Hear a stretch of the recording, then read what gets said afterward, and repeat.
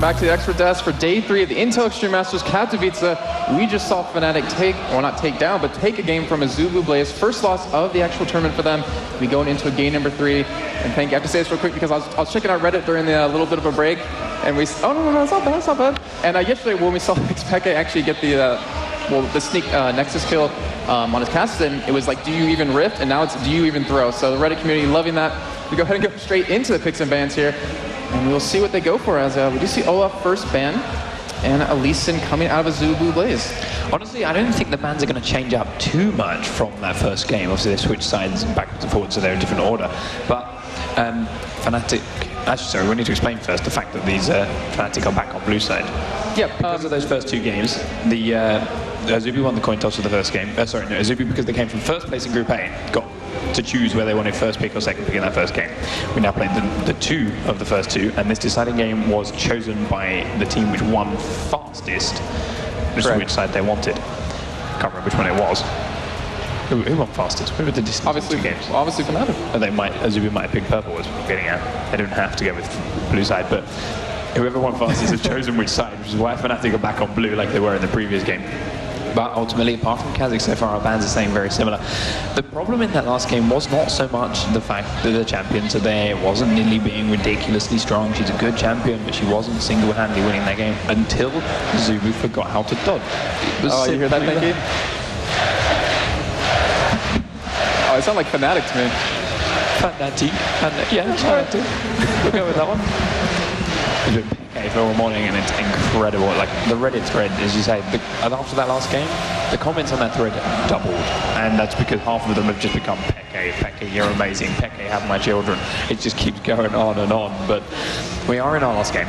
So as has first picked Caitlyn, which yes, she's very strong. Yes, she's been a fundamental part of a lot of these team comps recently, but first pick. Well, we did see yesterday, actually, Yo started playing Caitlyn, and then SK game played exceptionally well. He's probably the key factor that got him back into that game because the items he got, the damage he was doing. We saw him last game with his cleanse, actually, that flash cleanse, got out of all the CC, was chased down by Evelyn a couple of times, but was very crucial in them winning the fight, not to mention the newly spears were a huge factor. We do see Cho'Gath actually slipping through here, going to be picked up by Flame, and that will be the second Cho'Gath of the tournament for us, and we have Nunu locked in as well. So yeah, we'll see now where the Flame exactly shows us why he's been banned so often too, exactly what it is they have up their sleeve with that. We did see Cyanide playing jungle Nunu earlier on in this tournament. Don't know whether that'll be the case here, but they've also, by picking him, taken him away from that Caitlyn. So that Nunu-Caitlyn combo is now not going to happen for fnatic. We have seen Lulu-Caitlyn actually be preferred a little bit more throughout the last 2 games we saw. Yeah, the last 2 games and in the group stages, that was actually more of a preference than Nunu-Caitlyn, but it is still a terrifying lane. It's still a very strong support. And they have taken it. Could be Evelyn number 2. She did slip through the bans again. Twisted Fate was taken out instead, which again is a little bit interesting because we saw Peke play that in the first game. They're on purple, so that didn't really make much of an impact. But Azubu have obviously got something up their sleeve that they know he will counter wholeheartedly. Don't want to give him that opportunity again. He could keep that teleport on him too. We saw him use that teleport on Nidley very effectively. We mentioned in the early game. His roaming's not the strongest because he doesn't have much CC, but he did make it work. He used that teleport very effectively, and if he uses it now with Evelyn, her ganks are very strong. So that could be even more, or an even bigger thorn in the side of Azubu here, as Cyanide locks in that movement. Oh, we do get Ryze though, going to be played by Ambition. That mid lane so tanky. We saw Azubu Frost just go a straight tank lineup, even with the Urgot, Taric, the Ryze, they could not be killed. He's a very good Ryze, and we do have Patrick going for Kog'Maw, so we will see him a second time in the game. Yostar actually played him in the first game, wasn't too successful with it, but that's because they did not lock down Blaze. We do have fnatic though, going to go for the next 2 picks. And they kind of have that AoE comp going for them, and we'll see if they will continue at it. As they do have about 20 seconds left to pick up what they want. And what do you think they're going to go for? I'm not sure what they're going for, but they've got to be careful now here with Cyanide. We saw in the first game how hard Azubu just shut him down. Helios in that jungle, leaning on him the entire time. Top lane Evelyn, and there it is, the crowd's on it. And rated Blitzcrank, and that Kassadin's there. As you say, top lane Evelyn, so he is that innovator, he is that guy to try new things. It's there. They could still switch it around, they could still plenty of other options, so we'll see exactly who takes their champion before we go through. But we do have Enrated Blitzcrank. There's nowhere else I can see that going right now. Top Crank and Jungle Crank are a thing in a couple of places, but tournament level play, not so sure. And when you have Enrated, there is no other obvious support in there. That's where he's going to go. Azubu have got to be very, very careful, but on the plus side for them, they have a very tanky lineup. You grab a few of those people, and they're not going to go down very easily. You grab the wrong one, Nunu, Shogath, and that could, in fact, lose you a fight more than it would win you one. Yep. I actually feel bad for you, Panky, because you're going to be on camera trying to see all the Blitzcrank pulls and how quick they come. But I mean, the thing is, Fnatic, they do have that casting to get into the back line, but if he does, we could see Rise with that Rune Prison, then a silence coming out of Cho'Gath. We do have Nilly locked in, and we did see him in every game so far. First game was obviously AD, second time going AP with Expecting in the mid lane. And they will go ahead and just switch around their champions, as it will be Flame yet again in that top lane, and Helios on that jungle Cho'Gath. Yeah, Flame's Nilly, we said, we've seen him play in OGM, we've seen him out in Korea. He's incredibly strong with it, putting an Infinity Edge in that first game we saw here, because he was just dominating, and once he got that Infinity Edge, burned his way through the relatively tanky Soaz on the Elise at that point. So it's going to be something to watch out. So he's now playing that Evelynn. We did see, okay, it was in the mid lane last time round, but Peke won against Evelynn in the mid lane. Peke did bully Ambition around on that. Was to stop Flame doing the same now back to Soaz in the top lane.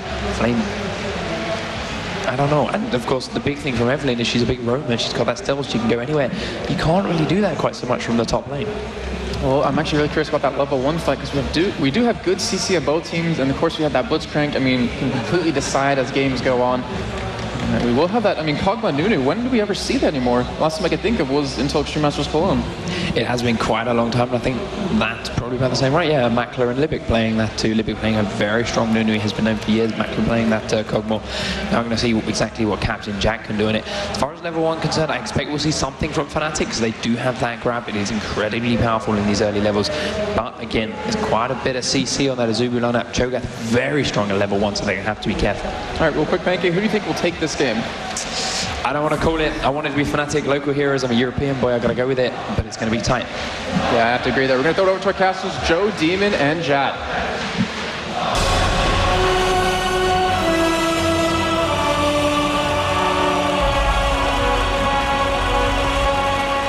So here we go, ladies and gentlemen. It's the third and final game of the series. Fnatic as the blue team, Azubu Blaze as the red. Of course, they've got to choose the blue team because they finished the game the fastest. Some very interesting picks here, but the question is, will there be a level 1 engage? Well, we haven't seen a level 1 engage in the first 2 games, but that was a rush to the brush by Azubu Blaze. They did get spotted out, though, but the blitz hooks are threatening. Look at Azubu going for an invade anyway. This is getting tense. Ooh! Grab coming out there, thrown wildly into the brush, and it wasn't all that far away, to be honest with you. Ambition almost getting caught by that one. They've got that Evelynn to do a bit of early game scouting, but up until now, nothing really coming of it. Still, though, they're hoping to get some of these hooks coming through. They did manage to get wards down into Fnatic's jungle. They have Nidalee traps, Azubu does, protecting their own jungle. And Lustboy is doing a lot of roaming around on Nunu here. I'd almost expect them to try to put the same kind of early pressure onto Cyanide's Amumu as they did in game 1. Well, let's see whether they do manage to stick around. Lustboy is heading back down south. Ambition's coming across to help out Flame. Looks like Flame's going to take the wraiths there. So the blue buff will be given across to Helios. But Fnatic are waiting to do something here. Looking like they're going to go for invade.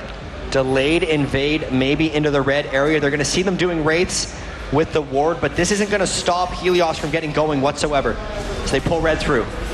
Red pulled up to that other side. They're going to be taking this one down very quickly. Will Azubu Blaze here try and counter that one by going over to that Fnatic red buff in the early stage as well?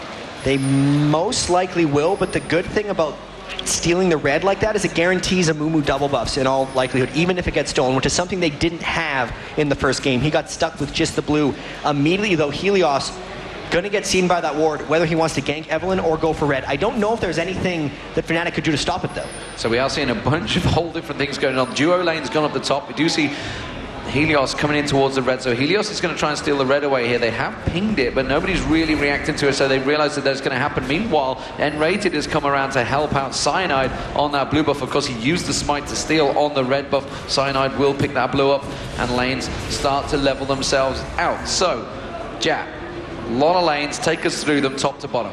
So up top, finally we're going to see a 2v2 lane, as there's actually a gank coming down mid that misses XPK just barely. in all honesty, this mid lane between Ryze and Kassadin, since the Season 3 changes with the Crystalline Flask, is going to be a lot easier for Kassadin to deal with, but it's still a big advantage for Ambition on Ryze. Now we see initial damage being put out, not really denting Ambition at this stage, who does have that level advantage. We saw that yellow start going a little bit low in this top lane. Obviously gonna have that extra power early on, but we talked about the whole Kog'Maw affair in the earlier game as well. This time he's got a Nunu for that Blood Boil steroid. And Yellowstar really has to make that Caitlyn pick work. They used their first pick on Caitlyn. They really value that right now. If they can't win this lane against Nunu and Kog'Maw, it's going to be really bad because everyone knows what happens with a Nunu and Kog'Maw late game. You can see the pressure from Ambition here, trying to make PK miss as much CS as he can. And it's working out well for him so far, starting to gain that advantage. 25 CS to 8, that's a pretty huge gap starting to come out already in this mid lane. And it seemed like Peke might have been able to hold a little better in this. I've seen him do it better in the past, but it must have been the matchup being poor plus the gank from Helios early that's putting him back. And we've got a couple of things setting up here. Cyanide down the bottom, actually will not the advantage toss here. Can they deal with Flame? Ignite goes down, Cleanse and the flash used in unison there by Flame to get himself out and safe. And we see a mirror gank coming up top. Helios going to try to get into that next brush. There are no wards here, so if he lands a good rupture on a Yellowstar or Unrated, or if Fnatic tries to go in because they have a bit of an edge here, we could see a great gank. They're both in position for a rupture. Enrate is going to face check straight towards Helios. He takes the silence, the rupture comes through. It might be Enrate going down. That mana shield's going to go off, but it's not going to be enough. First blood will go down. It's Helios that picks it up, and Yellowstar also forced away by Captain Jack. That was awesome by Helios, making sure to lead with the silence so that N-Rated couldn't flash out of the rupture. It guaranteed that they comboed their slows together. Here in the middle as well, we've got Evelyn, who's done a bit of roaming coming out of lane. Time's ticking at the end of the day for Evelyn, and that could be dangerous, but we see here at the top as well, a 3-man gank is about to close in, but that will actually be a 3-on-2 as Cyanide will come around on towards Helios' position. Helios trying to force him back. Lustboy going to come around the side here. They need to change this one out. There's the flashes burn all over the place. Lustboy tanking the turret. Cyanide going very low. Will go down. It's Captain Jack that picks out back. Peke has come in. There's the grab as well from Enrated. Captain Jack is going to die here. It's Peke that manages to pick that one up. All in all, though, they burned almost everything for a 1-for-1. Expeke teleported into the ward in the lane, then flashed over the wall to get something done. He almost finished off Helios, but then decided to get the guaranteed kill in Captain Jack. A good comeback kill for them, but early on they are losing fairly badly. If you look at that 8.2 to 6.8k, that's pretty big for 6 minutes in. Yeah, and it's that mid lane and the bottom lane, really, the double the CS in both lanes. That does not spell a good start. Well, when Kog'Maw's keeping up with Caitlyn in the early levels as well, that can only spell trouble for them. So Fnatic needs to start pulling something out in lane. They have got a very mobile team. They could definitely create things. Fnatic thrives on roaming around and the team fight slash just fighting phase, I guess you would call it, because you saw in the last game, the lanes were actually in favor of Azubu, and then Fnatic took it over. In the first game, they never got out of that phase, so it was really struggling for them. And with this composition they picked, having Eve and Kassadin, they're all about roaming around and fighting. In terms of the CS then this, well, bottom lane, Evelyn versus Nidalee. Nidalee got a good advantage there, and that's the thing, this range that Flame has with his auto attacks is causing a few issues for Soaz. Well, Evelyn is not typically seen as a solo long laner, so it's a tough matchup to begin with for Soaz, and we know what Flame did to Fnatic in the first game, so that's going to be trouble all game long for Fnatic. And I'm just looking towards the build. You can see the Philo Stone already come out for Helios, and we saw how far behind Cyanide fell in that first game on Amumu. He's got to be careful it doesn't happen again. You saw him, he was laying in wait on that bottom lane, trying to create something, and he's got to make sure he doesn't let himself fall too far behind. I feel that trying to help out those lanes that are in trouble. At least he's going to be getting a bit of farm here in the bottom lane. This is something that is really key for junglers that had a bit of a slow start, is to make sure they get this farm in lane. The Razor is a bit of an odd choice. I haven't seen that much on Amumu. You usually see either Philosophers or a Spirit Stone, but we'll see how it works out for Cyanide. He's going to head back in towards his jungle, maybe take a little bit more of that farm down there in that bottom lane as well. You can see Soaz now making his move in towards that top lane. The question is, can he get in position to do anything with this one? Soaz is level 6, and so will be able to throw that ultimate down, but in the end, it's just going to be the hate spike to get himself the farm. And just look at how much Azubu Blaze is preparing for the roaming of Fnatic. They have 6 wards on the map. Fnatic doesn't have any, so you can tell Fnatic doesn't care about the roam from Blaze, but Blaze sure as hell cares about the roam from Fnatic, and with all those wards, they're shutting it down pretty well. Okay, just put one more down. We do see Ambition with Spodek coming around to invade on towards the blue, and honestly, I don't see Fnatic being able to react to this one. They're not even close by. And without wards, they're not going to be able to even know this was happening. They're trying to get something done onto Flame in the bottom lane. They did the lane swap to try to clean that up, lose the blue entirely, and Cyanide just trapped in the bottom lane farming golems. They are going to be headed straight back home. Cyanide is going to be getting himself the red buff down on his side of that jungle. Obviously, Fnatic now switching their AD carry and support back in towards his bottom lane, and the same will follow straight on there from Azubu. The really good thing about that swap, though, is it gave Soaz a good amount of time to free farm. Even though they stole the blue away, Azubu, in doing that, gave Soaz even more time to get farm back on Evelynn. So the bullying that Flame was doing early is mostly lost because he's had so much time to catch up. We do also see Captain Jack went for the average blade early on, so he's going to be getting a lot of gold. The whole team really is stacking a couple of gold items here. Got a number of Philo stones, got a great hook on towards Captain Jack. Not going to get the damage to finish it off, but it definitely puts a bit of pressure down on him. The problem here is that Captain Jack is ahead in CS of Caitlyn. With Nunu alongside him, it's only going to get worse. That Avarice Blade is probably going to turn into a static ship, but here comes the gank mid onto Ambition. Can he get the bandage? Let's see. Oh, brilliant flash away there from Ambition. Top lane, we did see a bit of damage being done there as well. Just exchange between Flame and Soaz, which Flame coming out on top of there. I mean, he's got the level advantage on him there as well. And going to be putting down decent damage with that Dorans and the longsword on top of it as well. I'm looking at this though, and Fnatic is holding off the lanes pretty well at this point for when they can start roaming. All those huge massive wards that Azubu Blaze had on the map are starting to expire here. The gold lead is actually shrinking for Azubu Blaze.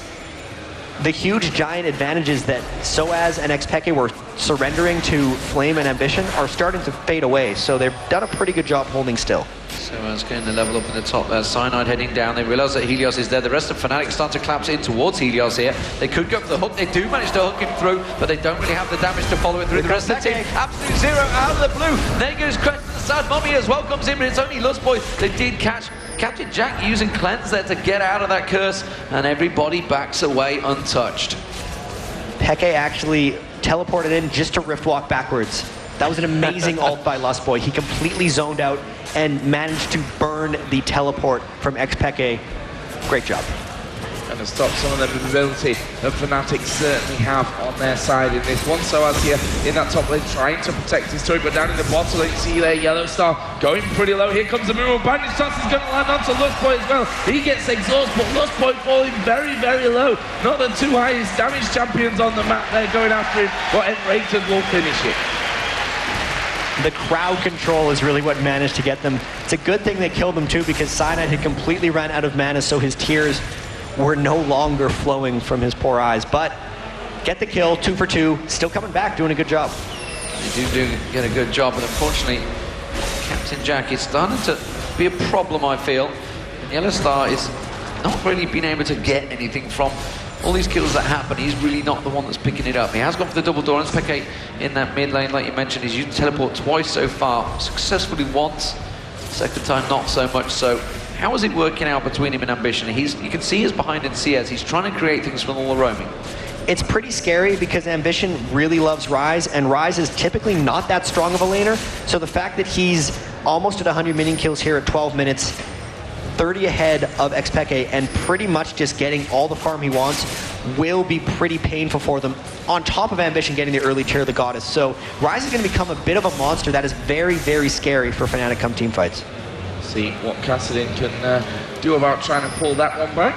Right now, Helios just working his way back up towards his jungle side. We can see there that Cyanide also currently on his race. There is Enrated coming through as well, being spotted from that ward there on the side. And again, they've got good coverage here. Azubu Blaze down by the Dragon, something we've come to expect on this almost perfect ward coverage that they've got. You can see there across the top side of the river, they've got plenty of vision as well. And we might see a Dragon attempt somewhat soon.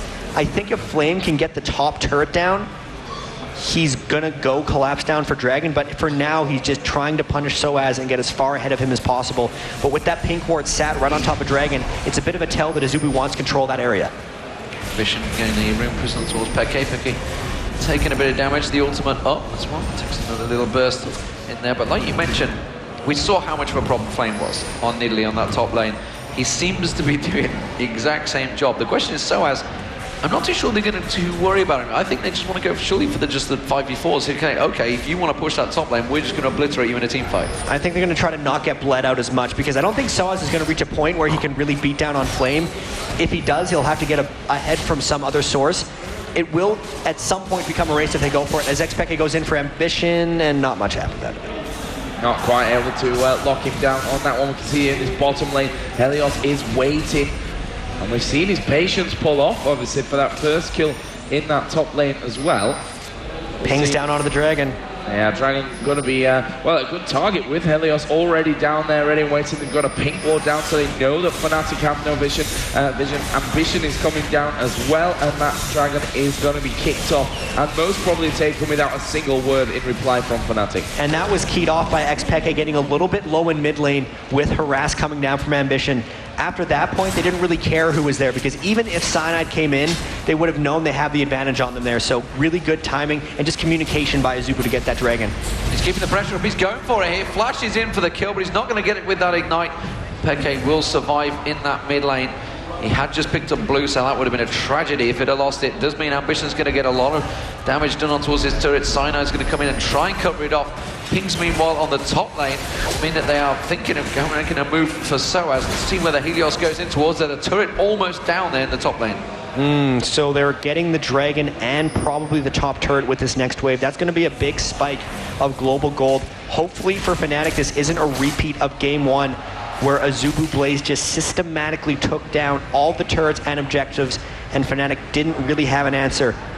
With Amumu being a little bit more farmed here, it might work out for them. Xpeke trying to save this turret. We'll see if Flame overcommits. Here we go, Flame going to go low already. Will use a cleanse here, flashes away as well. Can he escape? Are they going to go down underneath the turret? Yes, they are. Flame in trouble now. Helios comes around. Flame is going to survive from that one. Soaz and Peke both taking a hit apiece from that tower, and that is Helios just saving his teammates Bacon again.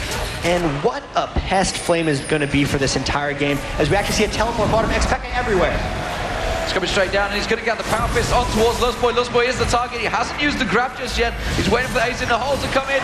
Very nicely timed there. The backway tried to get the grab on towards Captain Jack, and he turned it. Still with the pressure top lane provided Flame. I thought he burned pretty much everything, and Xpeke wouldn't be able to do much more. But they proved me wrong, getting a good teleport coming in, and because Ambition in middle on Rise isn't the best lane shover, all that roaming by Xpeke didn't even cost the mid turret yet. That turret though is down to below half HP. We've got Acid in here coming around that middle. There's Curse of the Sandman coming down. Can Ambition escape from this one? It's Peke just hammering away at him. But look at the damage coming out of Rise. Brilliant riftwalk coming out of Peke. Jumps in behind him and gets the final hit without dying himself.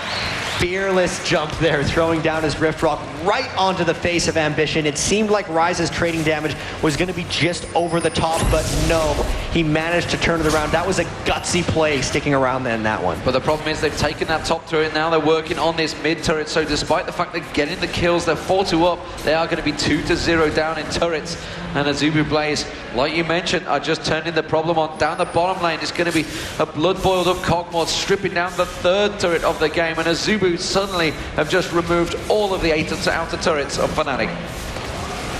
This might be another one of those games where Azubu gets well behind in kills, but then just wins based on pressure. The only saving grace here for Fnatic is the pressure doesn't seem anywhere near as strong as it was in the first game. Fnatic does seem to have a lot more control and a lot better chase potential if they want to start fights, just based on Xpeke's Kassadin and the fact that they have the Blitzcrank and Amumu to initiate, who aren't nearly as far behind as they were in the first game. They're going to have to do something though, because all those turrets and the Dragon falling right away does hurt them. They're trying that counter push up mid. They have to make something happen almost right here. Captain Jack here, just picking himself up the shift, and we are going to see them Soaz coming in now onto Ambition, banished toss line, there's the grab from Enrated. Soaz going to pick up his first kill of the game, and fnatic trying to reply here, taking out that middle inner turret. Outer turret. They're out of minions, however, so they might have to fall back a little bit. They're going to try to get the next wave. Luckily, Yellow Star in the bottom lane took a turret as well. If they can get this mid turret and make the turret count 3-2, that'll be huge for them. They're keeping themselves in it with the goal. They haven't quite got it. Azubu reacted very quickly, as we've seen them do so many times, but they are creating kills. They are creating the action, and if they just get a couple more picks, and they will create more opportunities to take those turrets down. Helios picking up the raids. Let's look across the map. What advantages have been gained? We are seeing items coming out as well, Jat. It is going to be Warbucks once again. Surprise.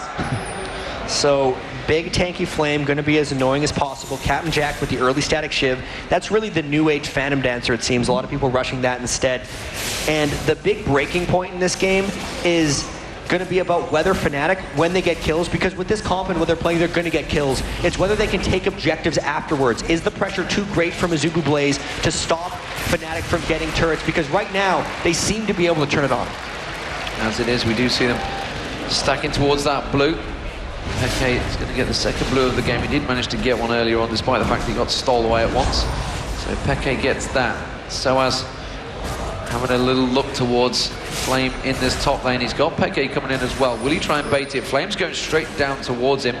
There was no wards there, but Peke has backed off. In fact, he's just going to teleport away. And, well, Azubu's starting to stack in his mid lane. And if Fnatic wants to get anything onto Flame, they're going to have to probably send 3. We've seen Soaz and Xpeke just not be able to chase down Nidalee. That's the biggest advantage that Azubu has in this, is just the incredibly annoying, seemingly unkillable, unchaseable Flame in the top lane. We've seen how annoying he can be as well from that game number 1, where he was instrumental in that victory as well, and he's going to do the same. You can see him just pushing himself straight through their Fnatic right now on their bottom side of their own jungle. Obviously no middle turrets in there, so if anything kicks off, it's certainly not an easy escape from either side's point of view. But we've gone past the 20-minute mark, 27.3 to 29.8 thousand gold. There is the dragon spawning. Fnatic are waiting for it, but Azubu Blaze are not going to give this one up for free. Soaz really has to make a run for it if they want to be able to contest this. I don't know if Azubu's going to give them the time, but they don't know exactly where Eve is. They get the hook, this could start a fight. They do manage to pull Ambition in. And Dragon is very low now. It should get smited down. No! Cyanide comes in, gets the steal. Can they turn this into a fight now? Around the back. They're split up. They're not too sure what target they want. Can they get cursed to the Sanomi? And then, no! Flashed away from the bandage toss. And Azubu disengaged quickly. But Fnatic got the Dragon. That's huge for them, stopping the objective bleed almost by Azubu Blaze. Global Gold sneaking back up again. It had spiked up when Azubu Blaze took the first 3 turrets, but Fnatic has clawed back into it once again. Flame coming around the back, though, trying to catch out 2 members. Let's see if they can lock them down here. Soaz taking a good chunk of damage, but Azubu not quite in. But the problem is, they've got Captain Jack, who's decent with the items now, with that Blood Boil on as well. He's going to be doing a lot of damage to these turrets, so they can't let Azubu really have any free time when they've got that support and AD carry in the general area. That was a cute move. They actually warded over the Wraith Brush as Cyanide was trying to camp there and land one over the top. Now that the Dragon's down, the incentive to group is gone for Azubu Blaze, and again, Flame is up in the top lane. This time, they look to be trying to collapse on him with 3. He's just going to hop on out of there. Yeah, and Rated trying to create something there. Teleport was used by Peke towards that middle turret. They were that worried about losing that middle turret out. Ambition getting a big chunk of farm in that bottom lane. Peke's trying to do the same in the top as well. Ambition starting to stack out the gold. 181 minions to 129 of Peke, but of course Peke 202 in kills is just keeping him in there. Gold-wise, we are pretty close. Only 1.5k between the 2 teams, so this is a very tense, close match.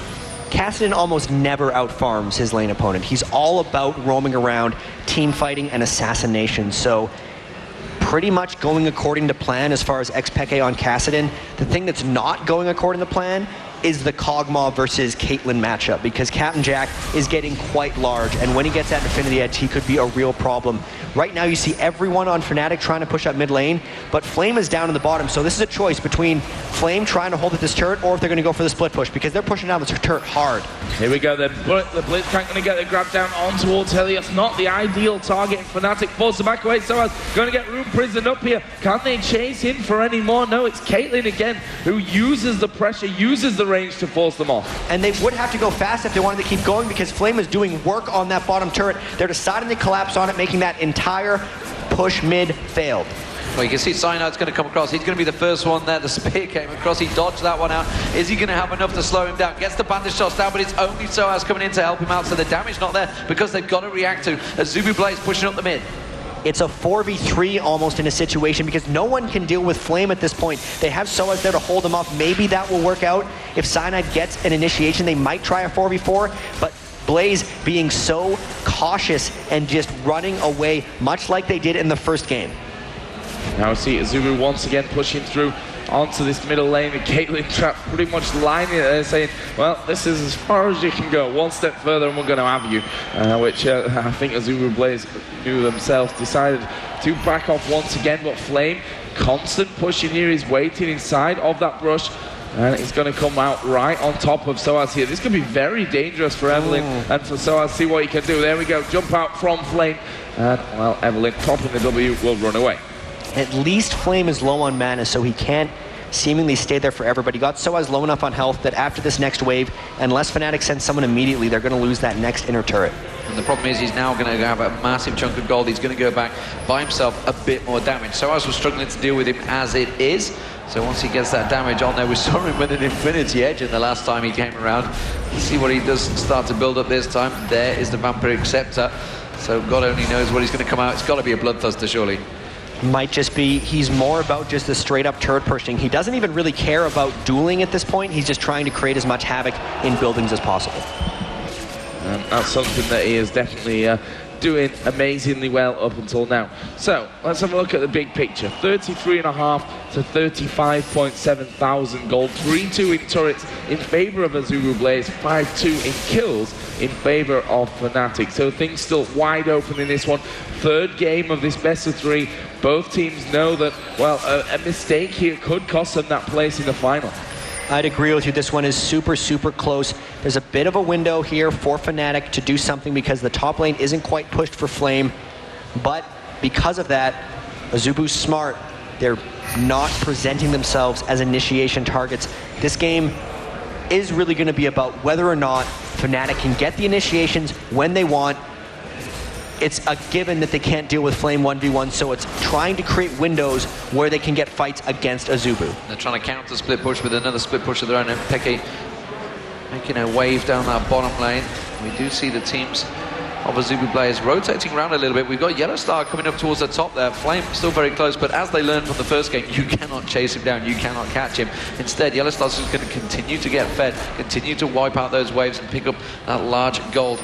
As Ambition starting to take a peek around, but there is wards in place. They are well aware of the position of Azubu. So again, a little bit of a stalemate right now, Jack. How are we talking in terms of power between these two teams and the team comps that they have? I think if there's a straight-up team fight, Fnatic should have an edge on them, but it really depends on how late it gets, because if it gets really, really late, I think the Captain Jack new cog combo is going to be crazy, and they're doing the collapse here. It looks like Soaz is finally snuck in behind them. Is Azubu going to be able to maneuver, because they have an Oracles, and they don't have complete vision, Fnatic does. They want the fight, it's just a matter of if they can get it or not. Soaz here on the top side is actually going to walk into him. He's a little bit caught out, but will put the ultimate down. His shield going to really help him out as he flashes away. Grabby's actually missed Helios there in the middle. Ambition is going to throw down as much as he can there, but there's kills raining in from the left-hand side. That's 2 for Azubu, 1 for Fnatic, and there is Cogmore finally being picked out. There's a triple kill before he actually dies, and now they're trying to close in on towards XPK, and I think in the end decided, well, why? Let's just push straight down middle. They probably can't hold us. That fight was decided when N-rated failed to hook Captain Jack. He burned his flash to get in, and then Captain Jack destroyed them. If that hook lands, that fight's completely different, probably 4-0, but it was a 3-2, and here comes Home Guard Teleport. Teleport straight in from Becca. They does manage to get the slow on towards Helios. You can see Yellow Star using his shove to get towards him. They should one more shot. It will be Helios going down, but Flame's putting damage down as well. Nunu realizes he's going to be the target, and he backs away. Flame's still going to get taken down by Becca here. He's going to be able to rift walk, get the slow down once again, but I feel he's going to back away from this one, and the rest of the team disengaged. So in the grand scheme of things, it was actually a 3-for-3 fight. No towers went down. Very even between these two still. Only that 2k gold difference. And they might be looking for a Baron here. There's no wards inside. Azubu just got the vision with the trap, but they know that Helios is down, so the smite is gone. If they can force an initiation, that's kind of what they want, even though their ultimates aren't quite up. They might try to peel off this one. There's going to be action right here. Yeah, they are going to peel off there. Soaz again right in the middle. Ultimate goes down, but he's falling very quickly. Where's the final hit? Soaz still alive. Cleanse use there in the middle by Flame. Soaz is going to dodge the spear as well. And now Azubu trying to chase down to Yellow Star. He will have to flash away from that Captain Jack ultimate coming in. But now they're closing onto Cyanide, who's just casually doing the wolves. Yeah, you got to have a bit more awareness than that, but the fight continues. They're trying to get Flame. He is just too tanky. Everyone on Fnatic is completely scattered. Soaz is low. Everyone's blinking red, and Azubu Blaze knows this. They don't care about the kills. They're going for the Baron. They're going for the Baron. They're going to pick up the Baron. That will be the first one of the game. Azubu players reacted very well to that one. They're fully prepared to go in for the fight, and they managed to counter very nicely into Fnatic. That gives them the Baron. That gives them a big advantage. But these fights are still so tight. Fnatic now have to sit and farm. And they're going to have to really care about this one. Now, with the Baron, even the 4v5 might not be the best choice with the Flame split push. Super tricky situation. The triple kill they gave up in the previous fight is really going to hurt them as this game moves on. Yeah, really playing onto Captain Jack's favor there. He's got that Infinity Edge now finished with a static shift on Negatron Cloak in there as well. We are going to see N-Rated going to be joining XPK and Yellow Star here on towards that Dragon, which is going down pretty slowly because Fnatic not around the front side of that pit. Yellow Star just hanging around here. Finally, he's got a 90 caliber net himself through, and they will take out the Dragon. So that leaves us at 41.1 to 45,000 gold. Yeah, there's actually a spot behind the Dragon pit where Caitlyn can shoot it, but Yellow Star spent that whole time trying to find it instead of just hopping in. He never quite did, and then finally decided to get it. Luckily, it didn't cost them anything. They still got the Dragon, and that will eventually help them with their turtle. And this has actually been a minute already used of that Baron buff. So it's more a case of simply getting in. Are they going to group up and try and force something? That split push they've been doing all game currently is leveled off. There's no major lanes that are completely shoved up, and they're just starting to bide their time at the moment. Fnatic are quite happy, I think, with status quo. And the split push comp doesn't even really become difficult to execute until you get to the Nexus turrets. The fact that they still have all 3 second-tier turrets on all their lanes bodes quite well for them. Unfortunately, they're probably going to lose them here because the Baron buff is there. They are finally grouping up, and it's really hard to hold at this point. All right, now Azubu gathering in that middle. Still Flame is up top. Is he going to join the rest of his team? Is he going to push that lane straight through? Azubu here being pinged onto by Fnatic. See, furiously pinging around that middle area. Flame is starting to close further and further in onto that top inner turret. And Azubu gonna head down. They've got a decent creep wave as well, so it might be that bottom inner turret that is the actual target for them by the end. That's good move by the split push. If they can just remove themselves as far as possible from a potential 5-man collapse, it's good. But they might not just be going for a turret here. They might be trying to get some kills. As you see some people waiting up in the top. Nope, they don't care about it. They could get 2 turrets in 1 sweep here. Trying to get the picks off, but it doesn't matter. You can see they're going to stack around. It looks like the top turret may well fall. The bottom turret almost certainly will fall. And that's going to be Azubu taking 2 turrets in 1 clean sweep. Captain Jack, he is a beast right now as well. 5-2-1, we saw him. He's really the target they're trying to go for. But as it is, Pekka and Soaz, they've not been able to combine well enough to just dive in and get him. And the biggest issue is Soaz cannot deal with Flame whatsoever. He got completely pushed back, and if they wouldn't have sent XPK to help right there, that inhibitor turret would have been down pretty much just as fast. So like we thought with the Baron buff, those second-tier turrets just wiped out right away, increasing a pretty big gold lead for Azubu Blaze. going again into that systematic approach of taking one by one. Flame doing the work for them as well.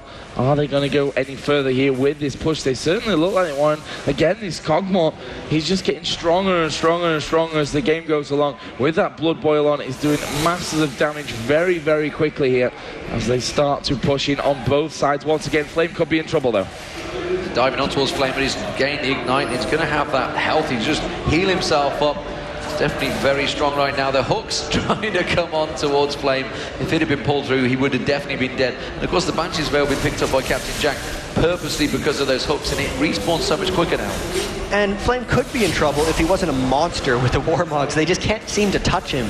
It's them going wherever they want. If they could get on that hook, they might try it anyway. Helios might be in a little bit of trouble here. Actually, the Eve ultimate wasn't so effective. There is Cyanide actually picking up the kill onto Helios. Acing the hole going to come through. It's actually landed onto Lustboy, who will now have to back away somewhat. Well, that will be a 1-for-0 trade. We've got to deal with Azubu Flame, because you can see Flame just dealing with it. Naya is going to deal with it. Peke comes across, but he can't 1v1, I don't think. Flame though, but Yellow Star with him. Definitely capturing 90 caliber Matt, trying to get the slowdown. He will do. He just needs a couple more shots. He's already used Ace in the hole. He's just going to pass through. Rip walk straight across, but there comes that Vision locking him down. The spear missed. 90 caliber B-roll. Yellow Star around the side. He's going to get on front. He's going to get the double kill on Peke. Can't do it. B-roll down the bottom there. You can see they're putting pressure on towards the turret.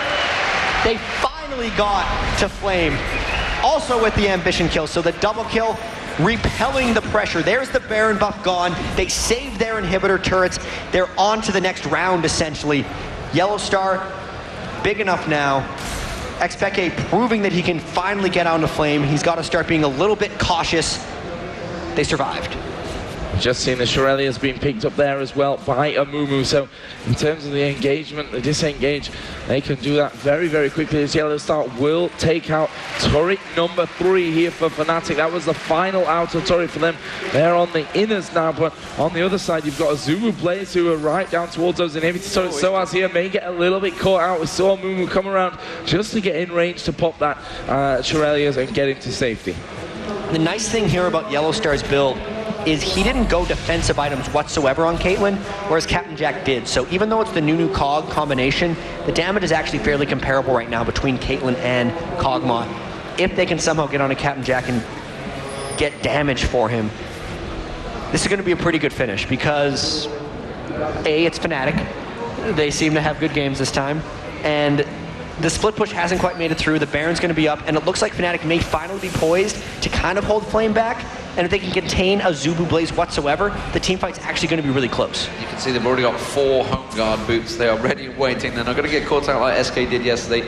Kevin, a number of people mentioned actually, if he'd had him out of home guard, he would have caught it out. But you need that 8-second reset, don't you? So maybe that wouldn't have been the case. As it is though, Fnatic, they've reacted so quickly. As soon as they got those kills, they realized they just shoved straight out. You saw all 3 lanes. Soaz was up at the inner turret. Peke was going towards the bottom inner turret. The top turret did go down. So Fnatic reacting very quickly. Certainly not feeling like they're in trouble at the moment. And the red buff gets hooked in. It should get stolen away, but no. You can see that Captain Jack. He's in there again. I think it was Helios, maybe that. No, it was Captain Jack. Helios smited it out. Captain Jack already had his own red buff. I have the luxury of looking at the buff timers on my spec client, so I'm able to see these sort of things. But that's not the split push coming out from Azubu Blaze. They're kind of grouped up now. The Dragon's up. I wouldn't expect that to be contested much. Baron also just spawned, so there's going to be a lot of posturing coming out pretty shortly. Yeah, I think very fearful that if Flame's not there, they could end up going down to a very strong Fnatic side by now. Caitlyn, as you said, hammering through them. But Azubu here headed up towards the Baron. They've got that Oracle. Ward's being cleared out by Lustboy. There's no vision really for Fnatic around that general area. But they've got the luxury of being on that blue side, coming in towards that Baron buff as well. How are they going to handle this one? You can see Enrated just looking for the grab. Oh, and there's the Banshee's Veil, which has surely just saved Captain Jack's life right there. That's why he bought it. Great purchase. Made sure that the Blitz could not essentially end the game, and I'm really curious as to Azubu Blaze's strategy here. They spent the whole game split pushing, but when it matters, they group up, and Fnatic going for an initiation. Shurelia's very pop. They're going towards Helios, but the rest of the team are coming around the side. They are all split apart at the moment. Cyanide has yet to use that curse to the side. He could pop open any moment. Ambition seems to be the target. Captain Jack at the side though is just shredding the whole team down. Soaz has to use his Zonyas. It doesn't matter. Soaz is a dead man. Captain Jack picks up another. He's going to go towards Pekka. The spears come through and they just force them away. Azubu Blaze too strong. The positioning from Fnatic seemed a little off. Credit goes to Cho'Gath's silence in that team fight. Cyanide never got his Amumu off. He went to go in, and at that moment the silence hit. Everyone was able to focus down, and they took complete control of that fight, so they felt the Nunu and Kog'Maw and Ryze combination was strong enough to team fight 5v5, and they were right about that. Didn't quite get the inhibitor though, actually.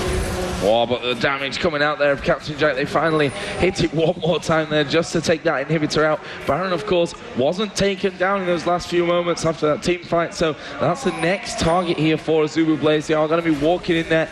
They still, of course, have that Oracle. Not that there are any wards to clear out around that Baron pit, but that is going to go down now. But the home guard boots and the teleport casted, and they're all rushing in. They might try to do something here. Baron's down, but Azubu's still low. Will they try to initiate? Will they try and follow this one through? You can see they do manage to catch the snow across the team. It's going to be Ace in the hole, popping it down. Yenster, that one's a Flame. Flame's going to get dropped very low. That's one Baron down, both down. Can they catch Flame down? Yes, they get the slow again. Another slow comes in, invading on towards him, and Pepe picks another kill. So that's a 2 kill on the exit. 2 Barons they won't need to deal with.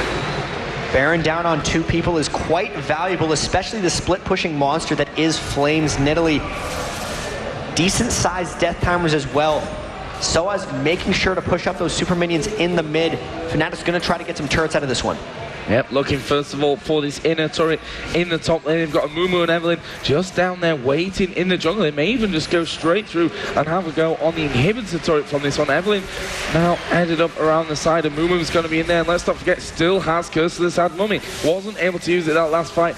Will have it available here, but look at the damage coming into him. There's the silence coming across. Jirelia's will be popped. Soaz is going to get rooted down there. He's forced to pop his Zonyas, but he's not dead just yet. Actually flashes away from that one. Kog'Maw and Ryze though picking up 2 kills. Yellow Star now could be chased as well, but Azubu Blaze happy with the defense and happy with the kills. That was a really forced dive by Fnatic. They didn't need to do that necessarily. They were feeling forced because they had the inhibitor down, but if you can't get onto Captain Jack and you try to go through a Ryze who is just spamming down onto you, you're probably all going to die. They did not have enough defensive items to dive a turret like that, and they did not have the lead to enable that type of play, as now Azubu pushes down mid with 2 members of Fnatic still dead.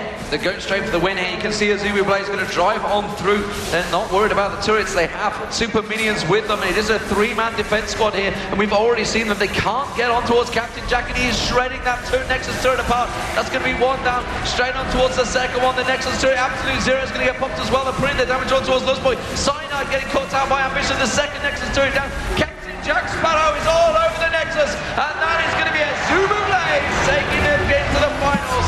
Fnatic are out of the tournament here at the Intel Extreme Masters in Katowice.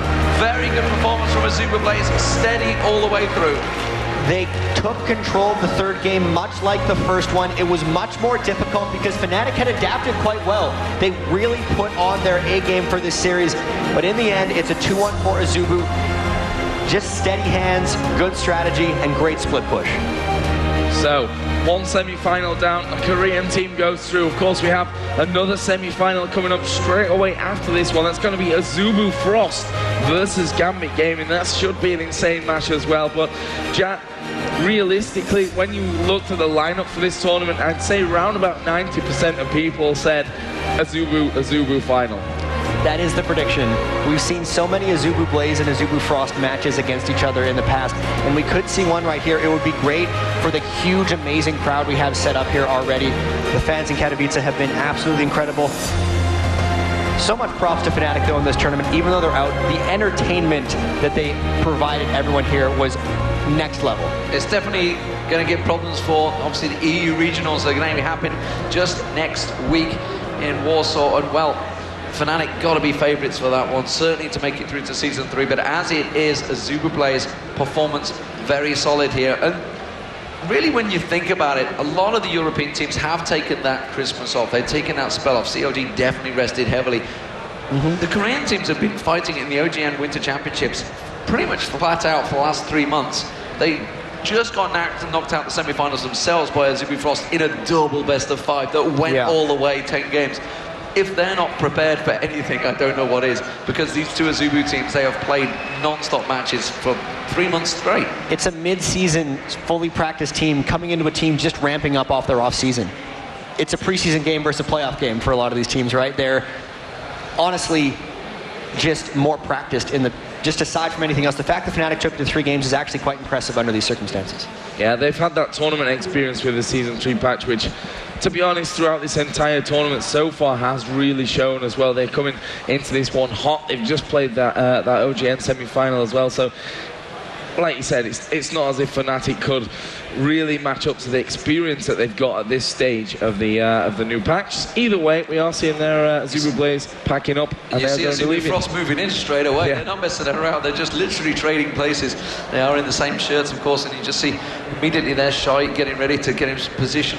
So these teams are going to be preparing themselves, all with the same peripherals, of course. They've all got the same sponsors. They're all effectively teammates that practice against each other. If we were to get Azubu Frost and Azubu Blaze finals, these two teams know each other so well. Gambit Gaming, of course, definitely going to put a thorn in the side. And if you think back, way back when, all of the Korean teams said they wanted to face Moscow 5. Well, we're going to get that with Azubu Frost versus Gambit Gaming coming up in just a few moments. But, well, as you can see, the camera getting knocked by Mad Life there. Just taking it down. This boy's like, are you all right, son? Just make sure he will. But let's get to see what the experts thought about this one. We're going to go over to Panky and Jason. Thank you for that, guys. And what a best of 3. That's the way you want to start off a day. Yeah, that's exactly what we wanted. We all said we have the potential for 9 games. We all want to see 9 games. And we want to see 9 games like that. They are tight, they are well fought, they are exciting, and they go all the way through for 40, 50 minutes. And in that game, we actually saw just how one bad team fight for you can actually lose you the game. Yeah, I mean, there was a couple of points in there where Fnatic had a chance to come back in. They had a couple of good fights. They had a couple of bad fights. It went one way, went the other way. And then there was one fight in the river towards the end of it. Cyanide gets a bandage toss onto Helios. Doesn't want to put his ult on that. Ambition Captain Jack, Last Boy all down in the river. They are a perfect target. Makes his way towards them. But then that huge 3-second silence from Cho'Gath comes out, and he's dead before he can cast his ultimate. As soon as that curse of Sad Mummy was gone, Azubu grouped up, pushed straight in on the rest of Fnatic and cleaned them up. That was kind of the death sentence. That was the point when Fnatic were not coming back. But there was a couple of earlier moments which you kind of want to talk over. There's a couple of points where they nearly caught Azubu out in places where it looked quite dire for Azubu, but just a little bit of bad positioning, a little bit of miscommunication, and as Jack mentioned during the game, flash grab by Enrated that didn't land. Yeah. Kind of lost him a fight. That would have been a completely different game. Unfortunately not have a replay for you, but we can talk about in the beginning. I mean, Azubu Blaze was pretty much systematically taking them down yet again, like we saw in game number 1. But Fnatic responded this time. They actually roamed around. They went for a lot of 4-man ganks. We saw Spodek being very, very aggressive with his teleports, trying to create some kills. He was actually 6-0 the entire game until that last death. You know, really creating an opening for him, but they just couldn't seal the victory. Did a really good job at chasing Flame down, which was, we said time and time again, it's very hard to do to catch Flame that nearly. Every time they did seem to kill him, it was, or the 2 times they did kill him, it was because Kassadin was there chasing it down with a little bit of help from Yellow Star. But unfortunately, that was always after a fight, after they just lost, when they were cleaning up a low health team. And that doesn't help you get objectives. That helps you start a Baron fight, which will eventually lose you the game because you cannot stand up to the Azubu steamroll. But, I mean, it was there. Get a little kills, got him a little bit of gold, but didn't really do enough. And the other thing, Soaz, he held his own in lane, didn't do too bad, got good farm, got quite strong. But as soon as the fight started, he'd get his ult on one person, or there was a couple of fights where he got his ult on no one, just missed completely. And even if he did hit his ult on a couple of people, he just melted. He was a very, very squishy Evelyn. And as soon as he appeared, Ryze would snare him, unload his burst. Captain Jack just sits there 2 shots and he's dead, and that's enough. Got his Zhonya's eventually, so stayed alive a little bit longer, but that was only the 2 seconds of his Zhonya's. Come back out the other side, 1 more shot from Captain Jack and he's dead. So very, very squishy, didn't really do too much of the damage. Didn't have that front line they needed to protect Yellow Star. Once he got to the point where he had a lot of damage, which he was there, didn't matter. They could get to him. They just got straight through him. Cyanide was getting melted by Captain Jack at this point, and that Cogmore just, well, Azubu just rode him. They just got on the back of that Cogmore and rode him to victory. Well, the thing is, Fnatic, I mean, yeah, they didn't have a huge front line, but the problem is that it didn't matter any kind of front line they had. At that point in the game, Cogmore was so strong that you could send your tank at him, he would kill him instantly. And the problem is that Fnatic wanted to assassinate the AD carry every fight, but the problem is, like you're just saying, Soaz would go in, get melted right away. We would see Kassadin go in, he would get melted right away. it's just that rise, that Cho'Gath silence, which is so deadly. We just give Kawabong the time he needed to actually get that kill. Yeah, like you see Pekka go over Rise, you see him go over Cho'Gath. As soon as he did that, he gets snared up, he gets silenced, he get feasted, he get knocked up, you wouldn't get out again, and it would be suicide. So instead he had to wait back and try and wait for someone to get on low health. That never really happened. They had to get through Cho'Gath first. They tried. Caitlyn could get through Cho'Gath. He had the damage. But at the same time, Sinai was getting melted by Yellow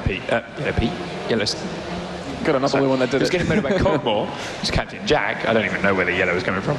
Captain Jack, which is melting his way through Cyanide, and then everyone else just followed up. While Flame wasn't even there, he was split pushing, or he was in the back of the fight, or he was taking a ridiculous amount of punishment, which Soaz, his counterpart, couldn't do. They did not have that bruiser, they didn't have that brawler to just sit there, soak up, cause a nuisance of himself. Yeah, well, in the first 2 games, they're pretty much one-sided, I'll say, because of the poke comms we saw come out of both teams. Third game, a little bit, actually, well, quite a bit closer. We saw, teams wanting to engage on each other, try to assassinate those AD carries.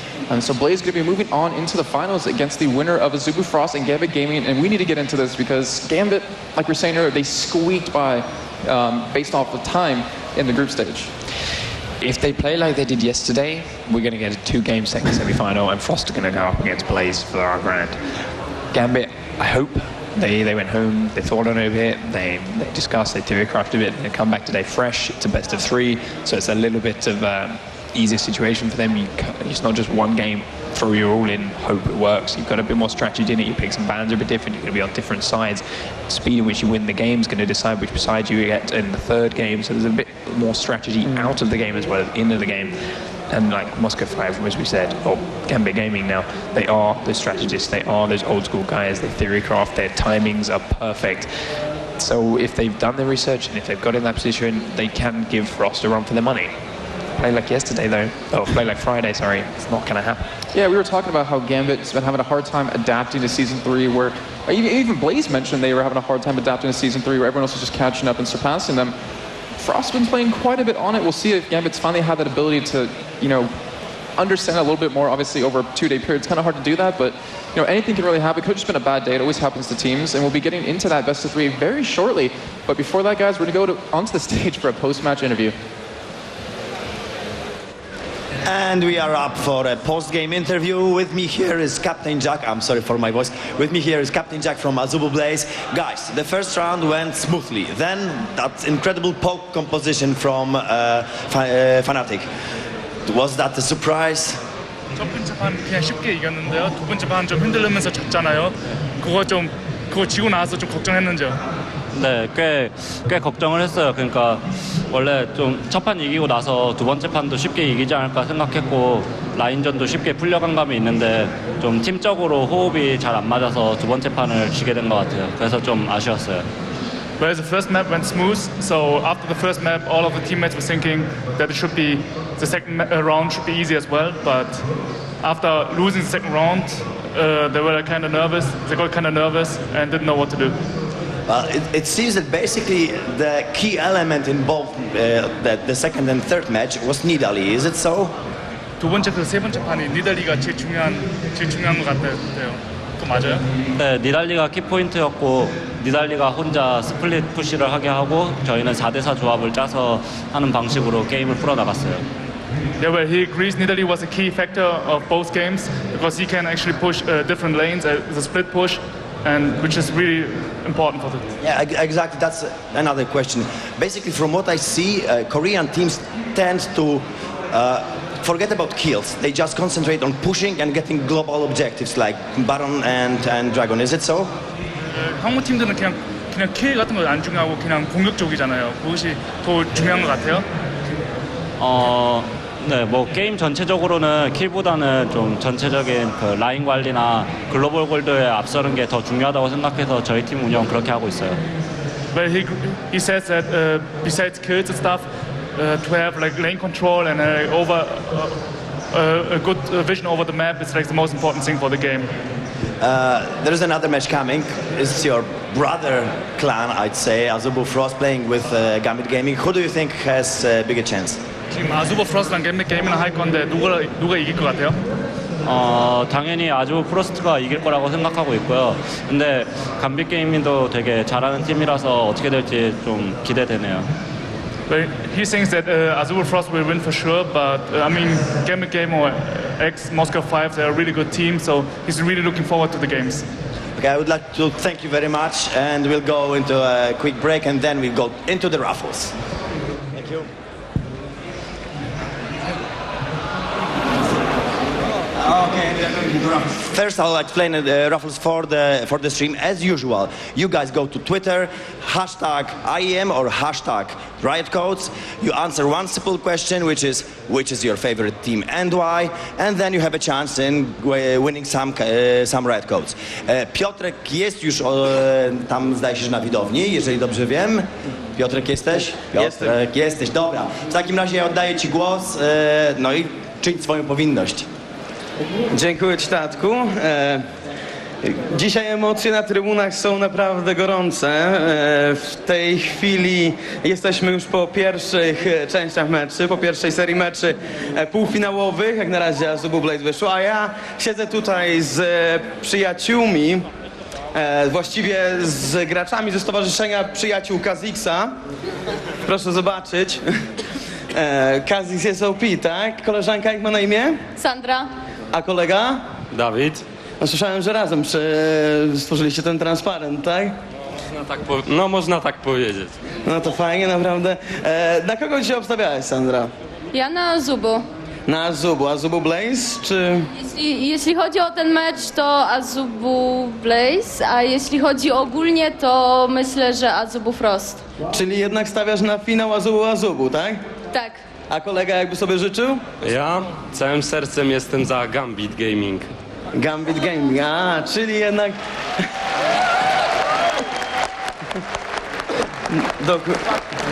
No miejmy nadzieję, że oboje będziecie mieli na co popatrzeć w finałach.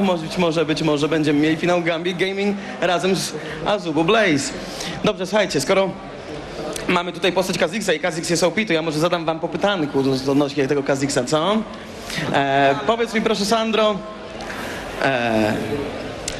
ile ewolucji ma Kazix? Ile możliwości ewolucji w trakcie gry w normalnych warunkach?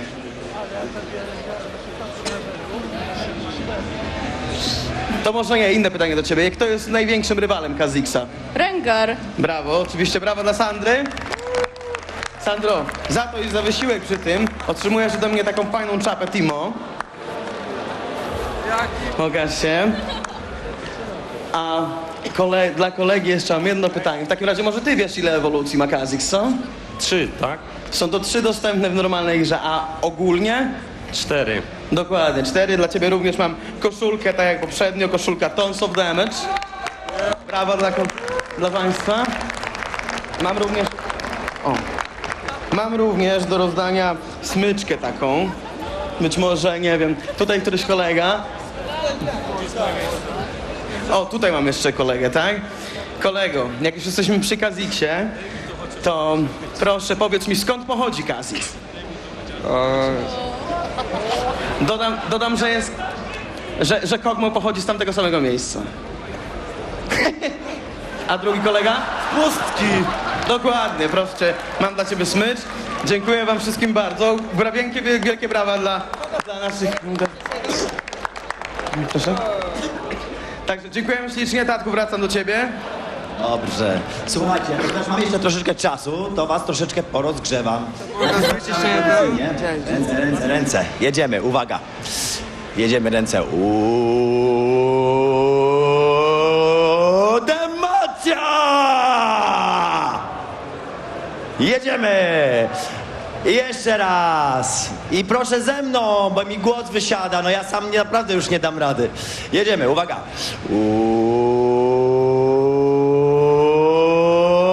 Demacja! I jeszcze... Dobra, i idziemy do reklam. Do zobaczenia.